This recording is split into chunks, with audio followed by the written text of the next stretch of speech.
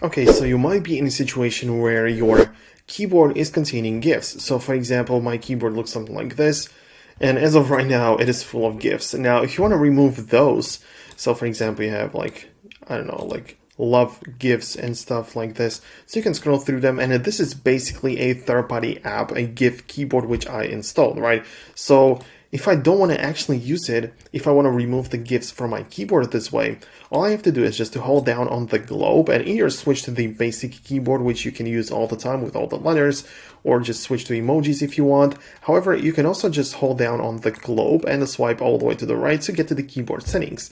It's going to move you over in here, and at the top, when you click on the keyboards, you can manage all of the keyboards that you have available. In case you want to remove the GIFs, just swipe left on it and remove it from the keyboard, and then it's just no longer going to show up inside of the keyboard whenever you type. However, you should also know that, for example, there are like different apps in iOS 17. When you click on the plus icon, you can scroll through all of the apps available. So you can also find other GIFs in here.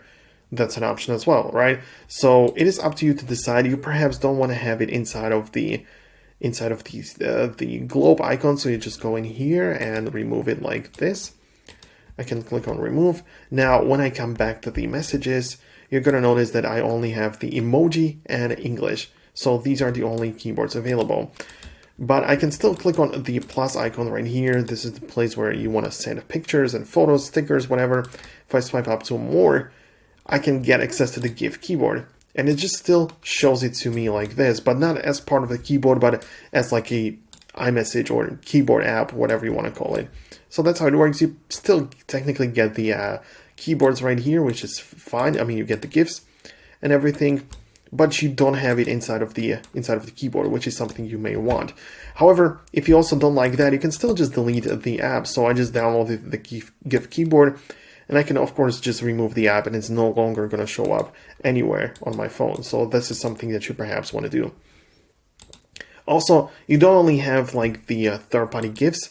Besides that, you also have, if you swipe in here, you have the hashtag images in here, which is by default, it's from Apple.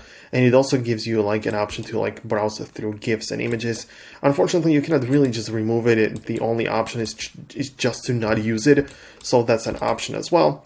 So yeah, it is up to you to decide how you want to use it. But if you're okay with that, just use it without any GIFs or anything like that. So I hope I explained everything to you properly. However, there is so much more you need to know about your iPhone. For example, if you have an iPhone 15 or 14, you definitely should know something about the dynamic island. I made a full course covering the ins and outs of the built-in functions, third-party apps, wallpapers, tricks, all the stuff you need to know about your dynamic island. It is part of the Foxtecc educational platform, which you can join for free and watch in-depth courses. More of them are available, so definitely something that you want to check out in the future. Definitely click the link down below, and I'll see you guys there. Thanks a lot for watching. See you guys in the next Foxtecc tutorial.